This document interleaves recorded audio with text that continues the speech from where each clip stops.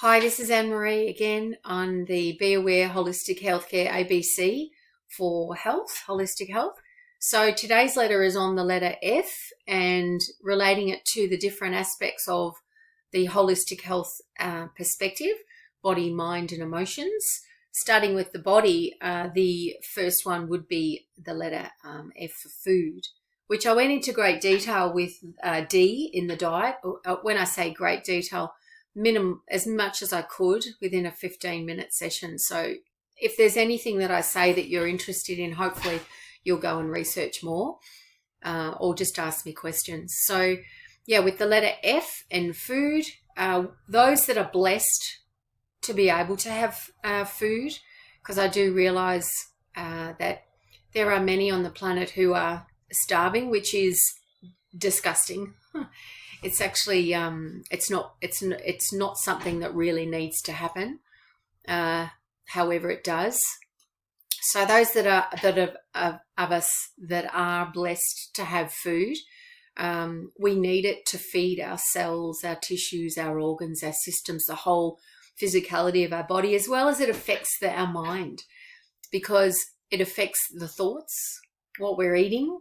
The chemicals in the food affects our cellular activity in our nervous system, as well as the emotional response via the endocrine or the certain hormones, because there's different hormones in the body, and they affect how we feel and how we respond. So that's very important, and that leads me into the emotional aspect, which is the F is for feelings. And last video, I talked about the emotions, which are the core of our feeling mechanisms, and feelings are incredibly important. So there is no good or bad. People talk about anger being an unhealthy emotion. Is it? This is where I step into the next letter, but I don't want the aspect. I don't want to be too quick. So feelings, how you're feeling is really more about how are you feeling. It's like, okay, so if you're feeling crap, if you're feeling fantastic, great, follow it. And with the, if you're feeling disgusting or crap, then you have to work out why. So there's a reason why you're feeling that way. And it's probably a time to give yourself space so that you can process it. And if you need help, you seek help. In fact, all of these videos, if something that triggers you comes up, then I emphasize to go and see a professional healthcare worker that you gravitate to and feel comfortable with. So yeah, do that. And with the mind, with the F word for the mind, it is freedom.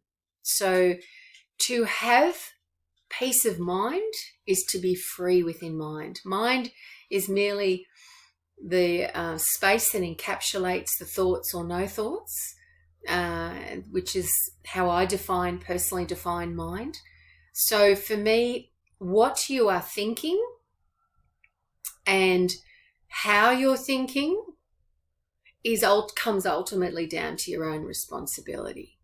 So if you have a situation where you are not allowing your own freedom of mind, peace of mind to occur, then the simple answer is to remove yourself, either physically from the room or the situation, if within whatever time frame that's needed. And I'm not saying if you're in a toxic relationship or a relationship and you have an argument that you leave the relationship.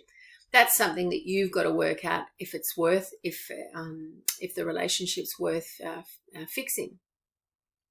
However, if you are in a situation where you don't feel like you have freedom of peace of mind, then it's important to address it.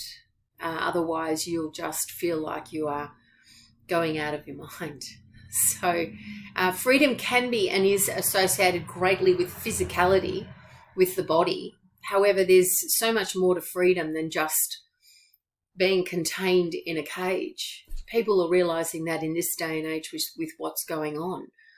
and people are waking up, or those that are already awake are speaking out because they can see so many contradictions that are occurring from the so-called experts. And when there's a situation, particularly in science, and you've got questions, at no point would a scientist, and studying psychology now, we're called scientists, and I've already done a master's degree in health science, so I consider myself in the science realm as well as the general. We would say, well, let's discuss it. Let's have an open discussion. No confirmational bias or people that are driven towards their own agenda. Let's have a big discussion. And that's where the freedom of physicalities, in this case speech, is allowed. So, body with food, what we need to eat for our cells to be the optimum they can. I discussed this greater in the last one in diet, within a capacity of the small video. And the freedom of being able to think and critically think and criticize, productively criticize about what is deterring you from your own peace of mind, as well as your feelings and how your emotions are responding to certain circumstances. They're all part of being aware. It sounds obvious, but there are people, having said that, there are people out there who are not thinking clearly.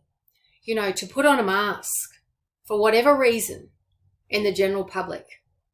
As a nurse, when I'm on a ward, or when I've been on a ward and I wear a mask, it's because of a certain situation where I'm going to use that mask within a certain amount of minutes or half an hour, depending on where it is. And then I'm going to take that off, and I'm not going to use that mask again because that's unhygienic. We exhale stuff from our breath, and it's not just carbon dioxide. So these masks that people are wearing, that are putting them on car dashboards, etc., which is now being broadcast by, scientists, professors, doctors around the world saying, this is a joke. Cloth masks. Oh my God, where do I get started? So the molecular structure of these strains, which the new ones are barely different. It's between 0.3 and 0.7% different, as opposed to SARS-1, which was 20% different to now, what's happening now. So these ones, they'll go through the cloth. And it's just people aren't thinking, or they're not asking questions. So if you feel it, that it's not quite right, it probably isn't. And so get on, listen to your feelings more. And this is going to give you a greater sense of awareness. Be aware, and you'll have a sense of being more whole. So for me, the other aspects of the F word, so we've got body and food and mind and freedom of mind, freedom of being able to speak how you think, what you're thinking about something, and then your emotional aspect of feeling it and putting it into a productive action. And anger can be a productive emotion, because anger is quite powerful in its generation of energy.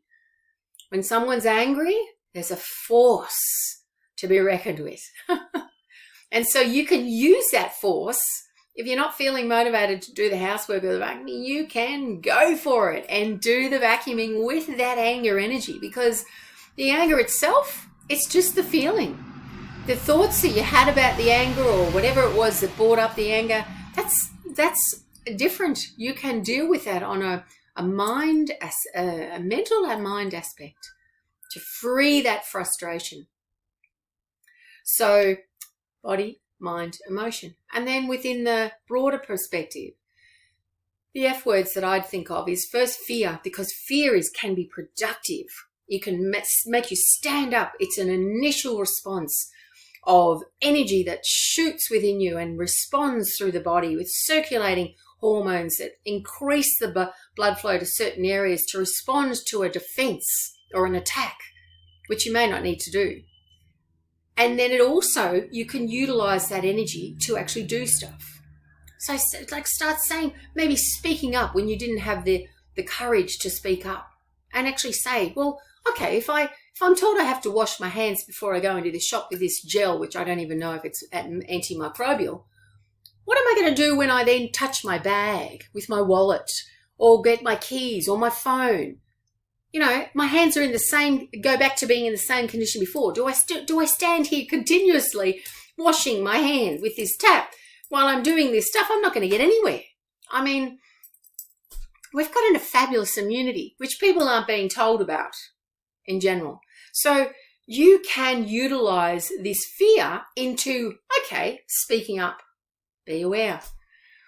And then the familiarity, which is the other F word. So fear, and to me, the opposite or a complementary word would be familiarity. Familiarity brings either I've been in this situation. I know where I want to go now because I've been here before, and do I want to go there now again? No. So I'm going to say something. And you can do it again, productively or destructively. It's up to you.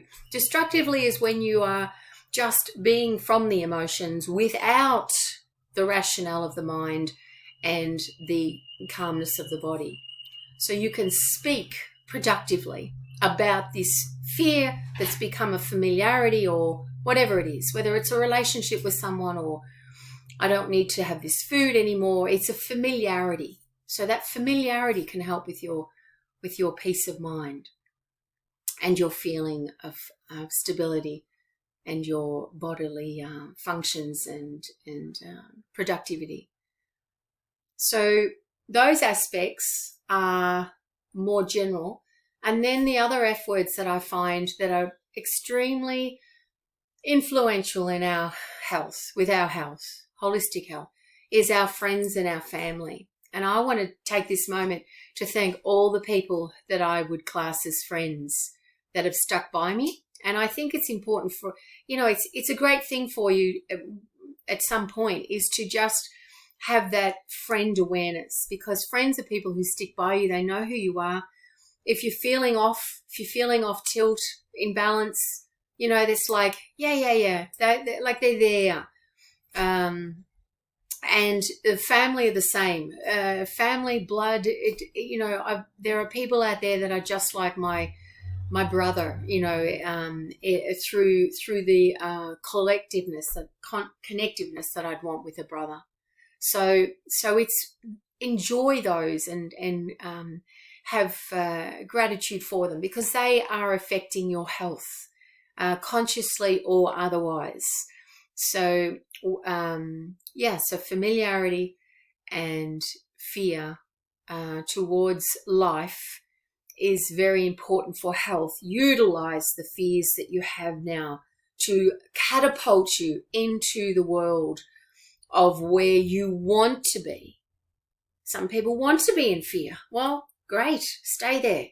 Others want to step into the next aspect of what they want to do. So fear, and then familiarity, and family and friends. And so finally, the general aspect of all of those, which I know I associated with one aspect, which was mind being freedom. Freedom today is probably something that we as human beings need to stand up for. And the UK, good on you. July the 16th, you are an inspiration, Mr. Boris. The only trained, if I may be correctly, out of the big countries, a politician, some of the others being more associated with sales, marketing and lawyers and business people, etc. So good on you for taking the stand for your people in the UK. So freedom, familiarity, and use that fear productively to step out of your troubles. And namaste, and thanks for watching.